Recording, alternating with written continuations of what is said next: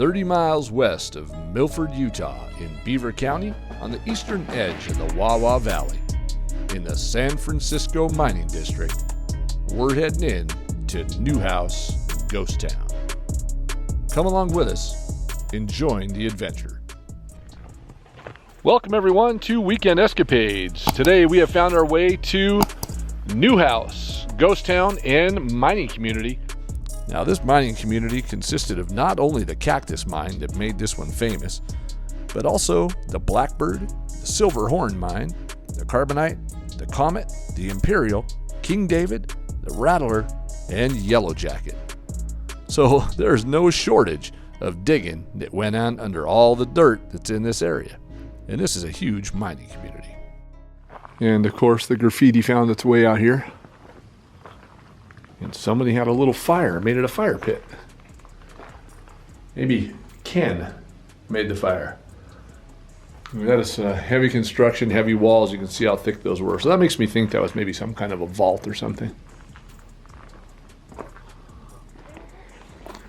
So this area here, you can see the outline for the foundation, what's left. This was all the outline for the Powerhouse and mill. You can see where all this, I guess the meshing, or I would call it chicken wire, but it's not. But the metal that they use to construct the walls and hold all of the mortar together, still on the ground. And here's the wall that's left right here, I guess, of what would be the Powerhouse area. At least there's some left there, and there's some more foundations and some more stuff out there, larger ones in the distance that we're going to go explore. You can see there,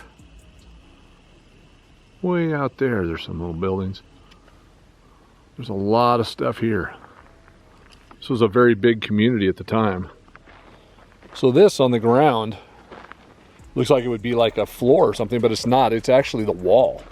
So these walls fell down. There's one there. As you can see, it's right along the foundation. And this wall. And you can see that would have been the doorway right there going in. And those walls just fell right down, and there they lay on the ground. Just like those walls. They're still standing.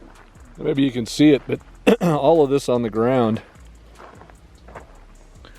just full of old tin cans.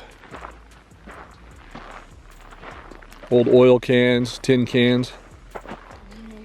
Now this is, this area here, obviously there was a building, and all of the brick is scattered along the ground. But you can see these pieces of brick here. Those are real pieces of brick from the building, and they're tattered and scattered all over the ground. So this mining community was established in 1870. And I guess it was purchased by Newhouse in like 1900, but this area was mining for quite some time, and it just started getting larger and larger. And finally, when the mining dried up, like most ghost towns, so did the community. And you can see around, it's just not that sustainable to be way out here, I guess, and have a community to thrive in the area. But just over that hill right there is Frisco Ghost Town, and we made a video on that a while back. You can check that out on our channel. But there's a mine that's just over that hill as well, and we're going to explore that here in a bit. It's just off the side of the road. Now this area was called Tent City originally, until Newhouse came here and operated in this area, and then they called it, of course, Newhouse. And if you look out there, this is a fairly large property, because this more buildings way off in the distance. Now these mountains over here are called the Frisco Mountains. That are behind this. You can see this is where the old power plant was. Large area. There's still a solid structure over there with kind of an archway door. You can see a lot of the heavy foundations that were there. Some of the old timbers that were holding the building up on the ground. but this is definitely down. Like maybe some old milling, some troughs or things here, right in front. There's a tremendous amount of foundations out there. This was a big community. It was up to 2,000 people that they had in this community. And all those out there are buildings that are on that side hill. Now, Newhouse Ghost Town is a Class 3 mining ghost town. It is in Beaver County. Although it was established in the 1870s, the settlement didn't grow until the Cactus Mine was purchased in 1900 by Samuel Newhouse. Now, Samuel Newhouse spent $2 million to build a mine, a mill, and develop a town with a gold mine to create a model mining community. Now, this mining town was complete with over 70 stucco homes, a library, and a dance hall and a restaurant. There's also a wonderful clubhouse. Newhouse offered $50 as a prize to the couple who had the first baby in Newhouse. This was a huge brick structure. There's just mounds of brick in here from these walls coming down. You can see the wood around there that helped support that structure. And of course, it's always something that looks like some kind of a very strong room, or the safes, or a vault area or something like that. I'm sure that wasn't. But those are the ones that are super heavy and they stand there forever.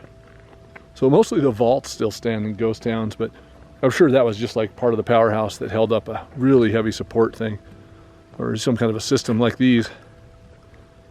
You can see the giant bolts that were sticking out there that, of course, locked the timber down. Those heavy bolts right there. Here's another part of the foundation, or part of that powerhouse. This was a huge structure. Kind of an archway. Windows, or an entrance right here to get in there.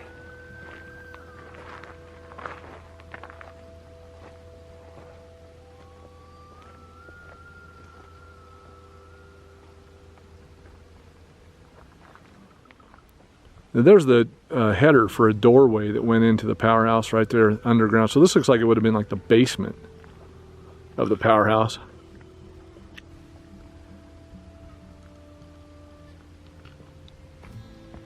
Well, so you gotta remember, gosh, when I look at these ghost towns and old mining communities and what's left, it's amazing to think that it was just dirt and somebody had to build all this up. This over here is the Wawa Mountains.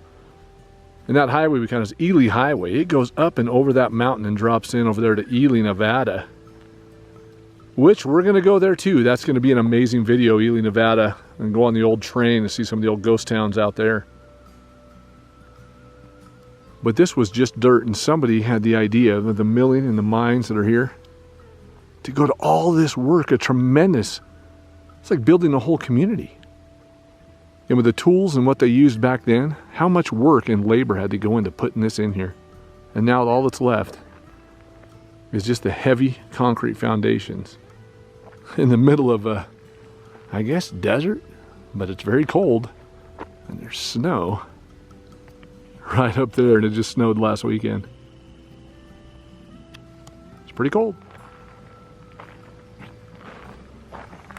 That's actually really heavy steel.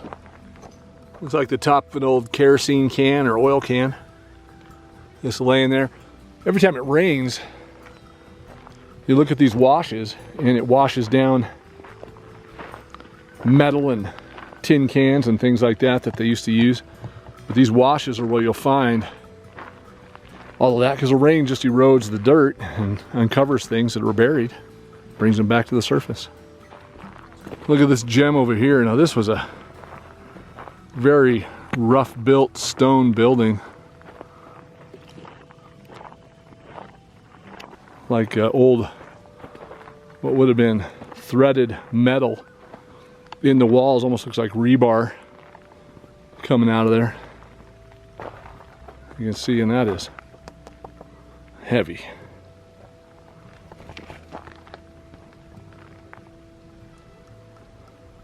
And then behind it, this foundation here, a lot of metal coming out of there. There were supports. And there's a big foundation right up there on top of that little mound we'll take a look at as well. Big foundation here. Take a look at what this is about. A very heavily built foundation. Interesting piece here, but there's actually a building marker on this. It says for information, write the director, Washington, D.C. Elevation above sea level, 5,244 feet in 1936. And that's the actual marker that's embedded in that cement wall. But this definitely looks like this was it held water for sure, because see how smooth, it almost looks like a pool. And over in the far corner, it's got like a drain at the bottom. This was probably 2 water holding areas that they had up here. So I imagine water was kind of scarce, so they probably held it. Little snake alert there, got a little jump up. That is interesting.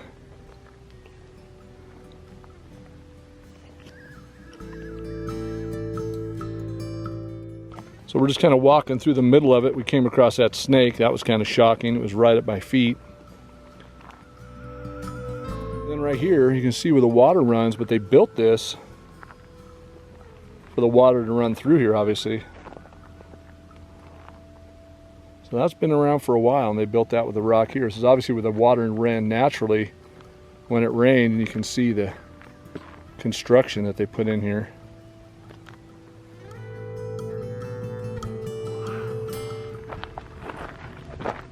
Quite the little trek down to this one.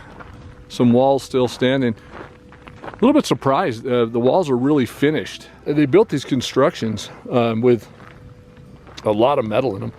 And this is the wall that fell down. So this was really a small building right here. Let's not run across any more snakes. And you can see it was just a small square building that's came down. But they put a lot of this flat iron in there. And right here you can see the doorway. The doorway that came down, that's the frame for the doorway that was right there. So like a two room building. Maybe about 10 by 12, and the other one's like 8 by 12. But all of this was that building, it's just on the ground. So it took all of this material to build that building. Now it's just down. Oh, it's a little squirrel running. That's what's making all these holes in the ground. I thought it were snake holes, but we saw a snake now, and we saw a little ground squirrel that lives in the area here.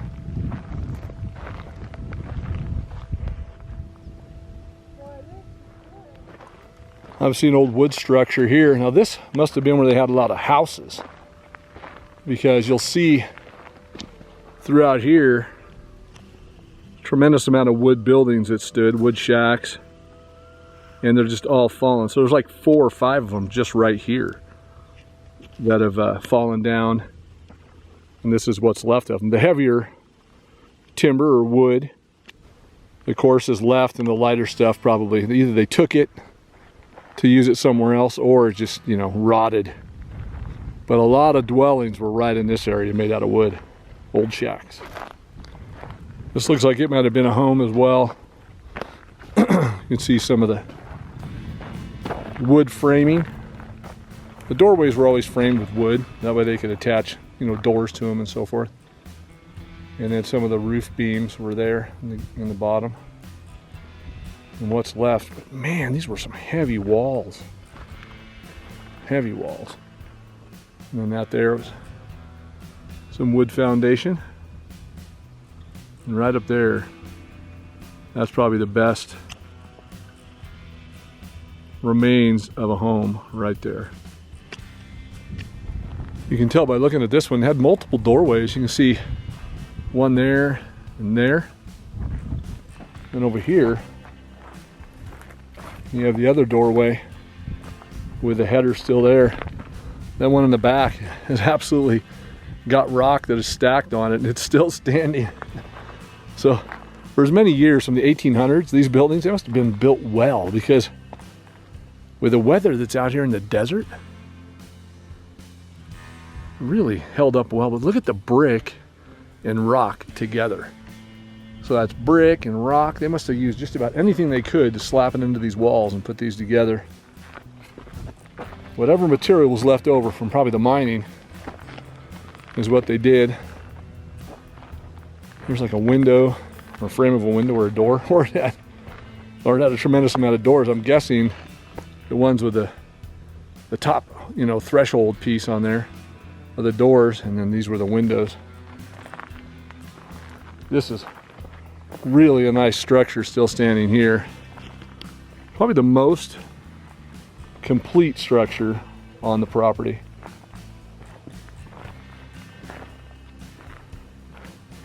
You really start to appreciate what's left and all the work that was put into building this. Somebody lived in there.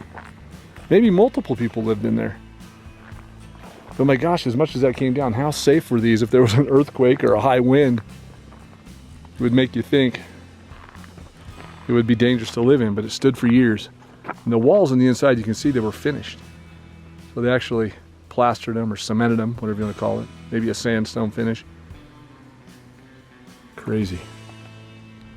You know, this had to be the community where they had the homes. You can see I was talking about the wood piles where they had wood homes, and then these are the foundations and some wood that's there. And then over here, there's two more foundations. Ooh, a lot of cactus on the ground right here. Some more foundations and more wood. And I honestly believe that that's what's left of an old bed spring. You find a tremendous amount of old bed springs in the desert and ghost towns. Those are definitely springs for a bed frame.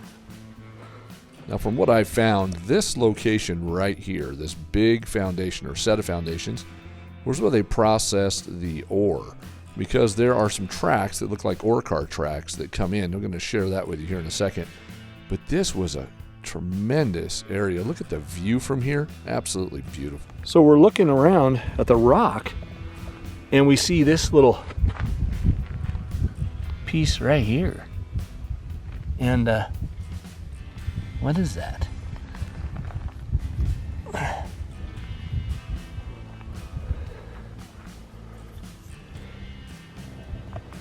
Good Lord, that's goldy in color. What is that? Can't be gold. We're gonna find out. So as we're walking around, you can see here there's looks like railroad ties, and I started finding railroad spikes. But the way this was positioned, looks like this is where they ran some rail cars or ore cars through here. Now, this area was, of course, busy until the silver ran out in 1910. The mines ran dry, and by 1921, the town was completely deserted. And when the town dismantled, many of the structures were moved to Milford, Utah. When we pulled out of Newhouse, just down the road, we found this mine that was dug in the side of the hill here. You can see all of the loose material that is thrown out in front of it. And obviously a mine, but when you get a little closer, you'll see what I'm talking about. It looks like it is cemented off or bricked off, so maybe you couldn't go in it. So it definitely had to be a mine by all the material that's here, but it almost looked like it was a little cabin because it's all blown off, but you can see it here. Take a look at the way this is constructed. Now, just by looking at the heavy lumber and the way that this was dug into the side hill here, and with all the loose material, tells me this was a mine and that they have sealed it up. If anybody knows any history on this location, please let me know in the comments if you know all about mines, because I could not find any information on this particular location. Now we're going to head back down the highway east towards Milford. And on the left, we came across this location. Now, this is called the Ball Mill outside of Milford, and it's been abandoned for a while. Now, I've seen a couple of people put up a video on this, but you're not supposed to trespass. This place is fairly dangerous. But this one is fairly interesting, so we thought we'd pull in here and just film it from a distance for you and show you this old abandoned mill. We hope you enjoyed this adventure to Newhouse Ghost Town and Mining Community, and until the next one, goodbye from Weekend Escapades.